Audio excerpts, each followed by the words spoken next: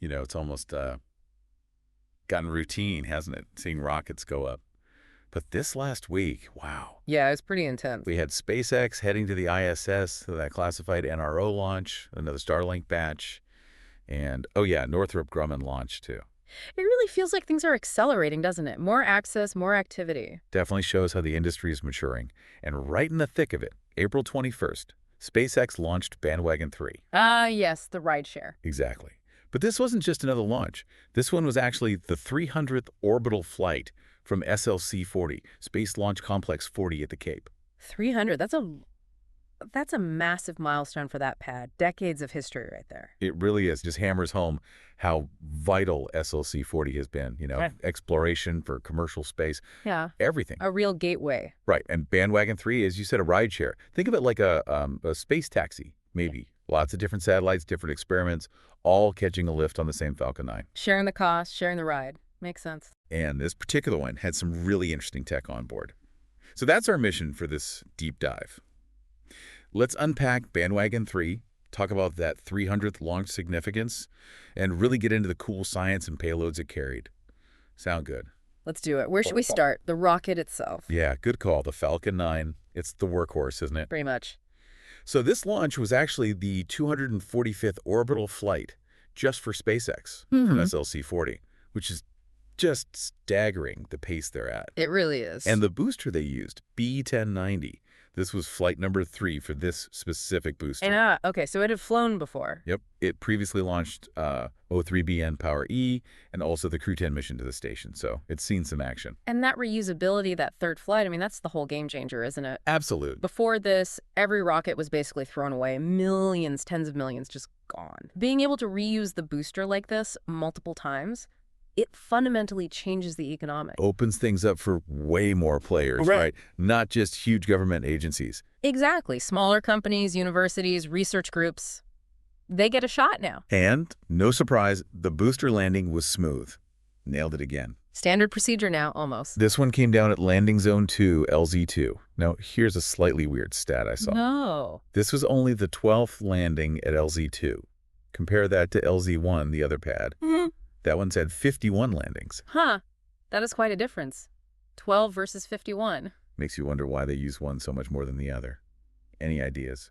Well, trajectory's got to be the main driver, right? Depending on the orbit they're targeting, one landing zone might just be better position, geometrically easier to reach, coming back down. Okay, that makes sense. But maybe also infrastructure. LZ1 might just be, more built out, maybe better processing facilities, or just historically the default, unless the mission needs LZ2. Could be.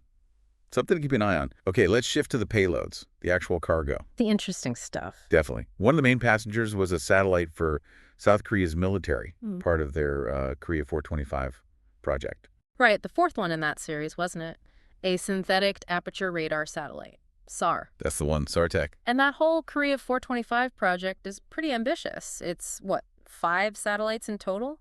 A constellation for surveillance? Yeah, 5 of them, overseen by Korea Aerospace Industries, KAI, under contract from South Korea's Defense Development Agency, about $530 million, aiming to finish the whole constellation this year, 2025. So just one more to go after this launch. They're getting close. And it's not just a Korean effort, is it? There's collaboration involved. Correct. It's developed jointly by a Korean company, Hanwha Systems, and Thales Alenia Space. Ah, Thales Alenia.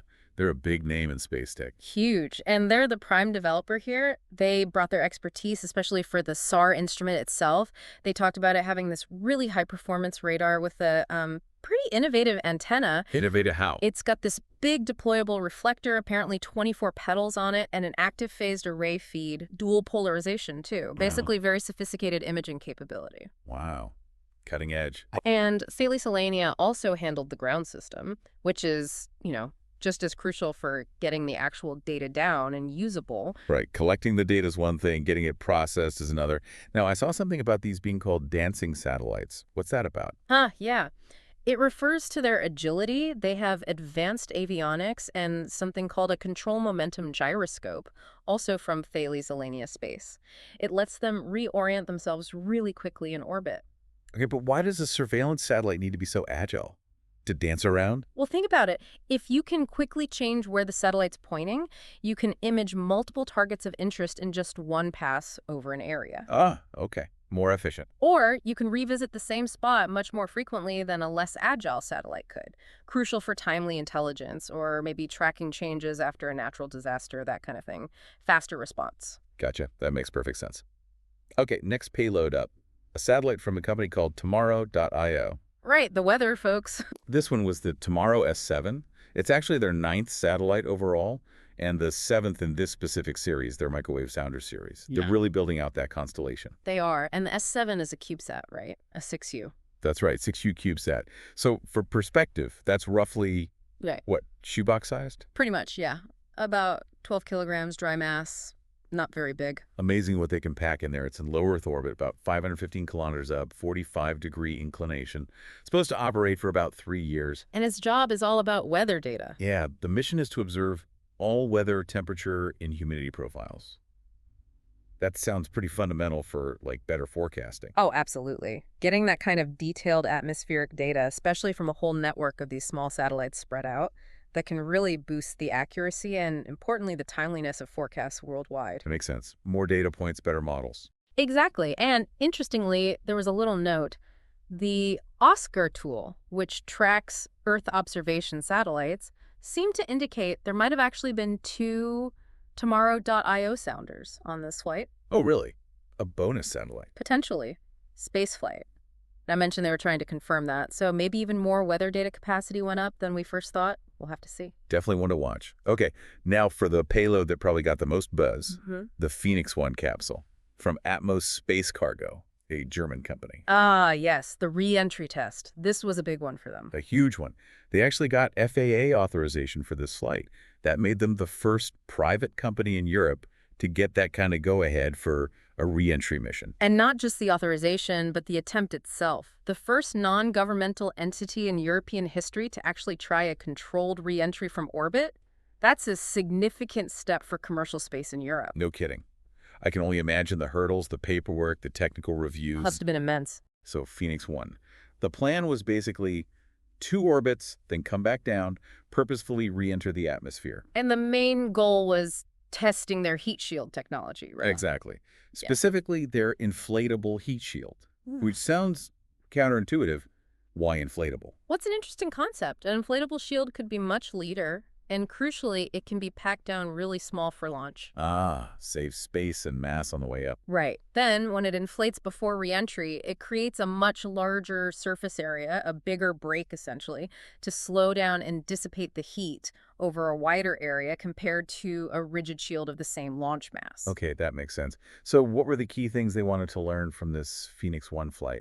They had sort of 3 main objectives, as I understand it. First, just collect basic data on how the capsule performed in orbit, its systems, and whatnot. Standard checkout stuff. Second, they were carrying some customer payload science experiments, tech demos, some biological stuff too.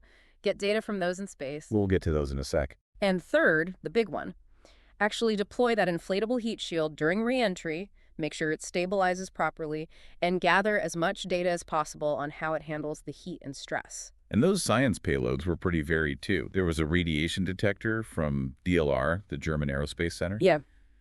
A microimaging device from a Japanese company, IDDK.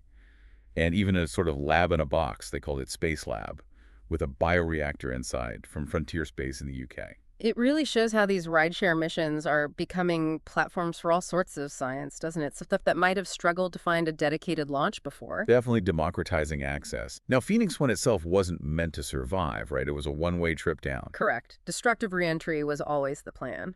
But the data collected during that, that's the gold. Because it feeds directly into their next project. Exactly. All the sensor readings, the performance data, it all informs the design and development of Phoenix 2. That's their next-gen capsule planned for 2026.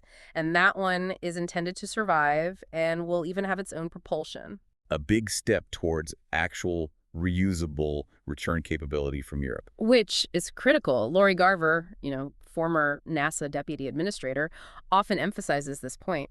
Having affordable, reliable downmass, the ability to bring things back from orbit safely, It's vital for really expanding what we do in space. Bringing back research samples, manufactured goods. Components, maybe even resources someday. It changes the equation. Now, about the reentry for Phoenix 1, the plan actually changed fairly recently, didn't it? It did. Originally, I think the target was reentry over Africa, splashing down somewhere in the Indian Ocean. Right, but the updated plan had it starting reentry much further west, like over Los Angeles, crossing South America, and then splashing down off the coast of Brazil in the Atlantic. Yeah, quite a shift in the ground track. They haven't explicitly said why they changed it. Any guesses? Yeah. Maybe range safety or observation opportunities? Could be any number of things. Maybe better tracking assets were available along the new path. Or perhaps the original corridor had some constraints pop up? Hard to say without official word. Does changing the path like that significantly alter the test for the heat shield? Different atmospheric conditions, maybe? It certainly could. Different latitudes, different entry angles can mean slightly different atmospheric density profiles, potentially different heating rates. But you'd assume Atmos modeled all that and felt the new trajectory was still valuable, maybe even offer different insights. Yeah, and they had a pretty cool plan to actually watch the re-entry, didn't they? To try and get data even during the blackout. Oh, yeah, the aerial observation. That was clever. They chartered an aircraft. Like a chase plane? Sort of. Equipped with a mobile satellite terminal. The idea was to fly high, around 120 kilometers altitude, and try to keep eyes on Phoenix 1 as it came down, specifically to try and reestablish that data link as soon as possible after the plasma sheath dissipated, that period where radio signals can't get through. That's really thinking outside the box to maximize data return. Absolutely. Shows how critical this data is for them. Every bit counts, especially during those final moments. Atmos did say they expected this new, steeper flight path angle might actually put more stress on the capsule, higher thermal loads, higher aerodynamic forces. Which sounds risky, but also potentially more valuable data, pushing the limits to see how the design holds up. Maybe. They acknowledged it could affect the structure, but stressed that all the data, whatever happened, would be crucial for refining Phoenix 2. And they do have some solid backing for that next step. They secured, what, $13.1 million from the European Innovation Council? That's right. Significant funding to move Phoenix 2 forward. That'll be essential for taking the lessons from this Phoenix 1 flight and building that more advanced, propulsive, and hopefully recoverable capsule. So when you step back and look at this whole Bandwagon 3 mission, yeah, it was another launch, but it really felt significant. Definitely more than just routine. That 300th launch from SLC-40, that number alone speaks volumes about the history and the continued importance of the Cape. A real landmark. And the payload mix was just fascinating, wasn't it? Incredibly diverse. You had high-tech military surveillance for South Korea. Cutting-edge European re-entry tech, trying something brand new. Weather satellites aiming to improve forecasting. Wow. Plus all those smaller international science experiments tucked in there. It really paints a picture of where space is heading, doesn't it? This rapid pace, lots of different players, international collaboration, commercial ventures, alongside government projects, all in one rocket. It's a dynamic time for sure. Okay, so here's a final thought to leave folks with. We see these missions like Bandwagon 3, making space access more frequent, carrying such a varied mix of things. What do you think are some of the unexpected applications or impacts we might see in the next, say, 5 or 10 years because of this increased accessibility? Where might this lead that we're not even thinking about much right now? That's a great question to ponder. Unexpected impacts, beyond the obvious like better comms or imaging, maybe things we haven't even conceived of yet. Interesting.